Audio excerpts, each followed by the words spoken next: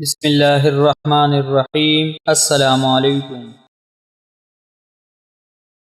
حضرت ابو ہریرہ رضی اللہ عنہ سے روایت ہے کہ آپ صلی اللہ علیہ وآلہ وسلم نے فرمایا، صرف 3 بچوں کے سوا پنگوڑے میں کسی نے بات نہیں کی، حضرت عیسیٰ بن مریم علیہ السلام اور جریج کی گواہی دینے والے نے۔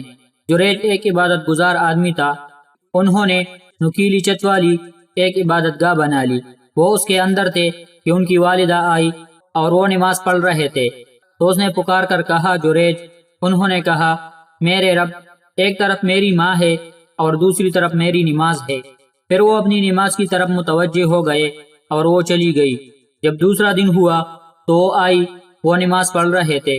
اس نے بلایا، او جریج۔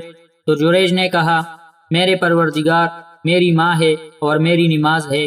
انہوں نے نماز کی طرف توجہ کر لی، وہ چلی گئی۔ پھر جب اگلا دن ہوا تو وہ آئی اور آواز دی، جریج۔ انہوں نے کہا، میرے پروردگار، میری ماں ہے اور میری نماز ہے۔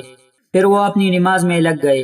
تو اس نے کہا، اے اللہ، بدکار عورتوں کا منہ دیکھنے سے پہلے اسے موت نہ دینا۔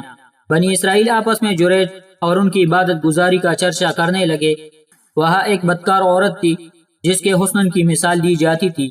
وہ کہنے لگی، اگر تم چاہو تو میں تمہاری خاطر اسے فتنے میں ڈال سکتی ہوں۔ کہا تو اس عورت نے اپنے آپ کو اس کے سامنے پیش کیا، لیکن وہ اس کی طرف متوجہ نہ ہوئے۔ وہ ایک چرواہے کے پاس گئی جو دھوپ اور بارش میں ان کی عبادت گاہ کی پناہ لیا کرتا تھا۔ اس عورت نے چرواہے کو اپنا آپ پیش کیا تو اس نے عورت کے ساتھ بدکاری کی اور اسے حمل ہو گیا۔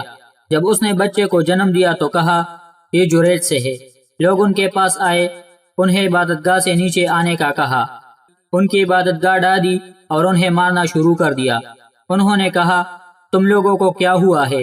لوگوں نے کہا، تم نے اس بدکار عورت سے زنا کیا ہے اور اس نے تمہارے بچے کو جنم دیا ہے۔ انہوں نے کہا، بچہ کہاں ہے؟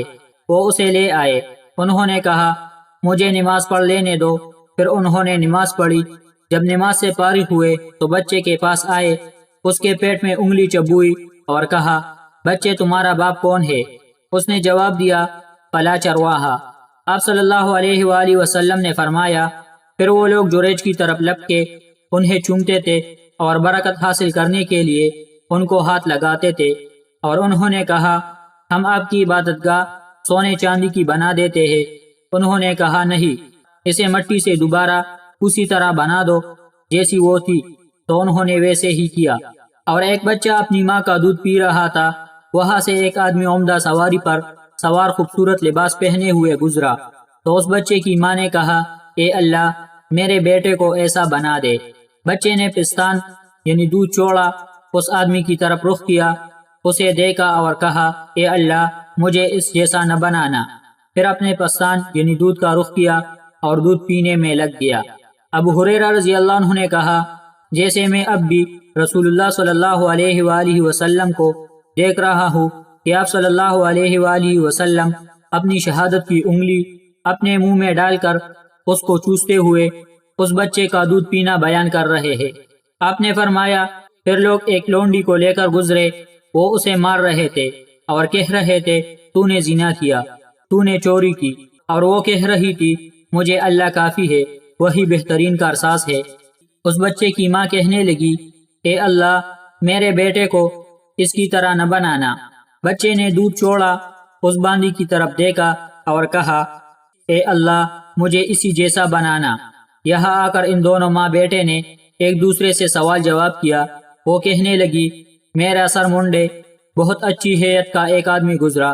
میں نے کہا، اے اللہ، میرے بیٹے کو اس جیسا بنانا، تو تم نے کہا، اے اللہ، مجھے اس جیسا نہ بنانا۔ پھر لوگ اس کنیز کو لے کر گزرے، اسے مار رہے تھے اور کہہ رہے تھے، تو نے زنا کیا ہے، تو نے چوری کی ہے۔ میں نے کہا، اے اللہ، میرے بیٹے کو اس جیسا نہ بنانا، تو تم نے یہ کہہ دیا، اے اللہ، مجھے اس جیسا بنانا۔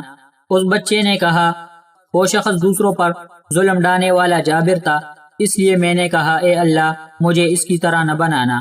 اور یہ عورت جسے لوگ کہہ رہے تھے، تو نے زنا کیا ہے، حالانکہ اس نے زنا نہیں کیا تھا، اور تو نے چوری کی، حالانکہ اس نے چوری نہیں کی تھی، اس لیے میں نے کہا، اے اللہ، مجھے اس کی طرح پاک باز بنانا۔ حقیقی اور دائمی عزت والا وہی ہے جو اپنے پروردگار کی نافرمانی سے بچا ہوا ہے، چاہے لوگ اسے حقیر اور گناہگار سمجھتے ہو، اور حقیقت میں دائمی طور پر رذیل وہی ہے جو اللہ کا نافرمان ہے، چاہے عارضی زندگی میں لوگ اسے معزز سمجھتے ہو۔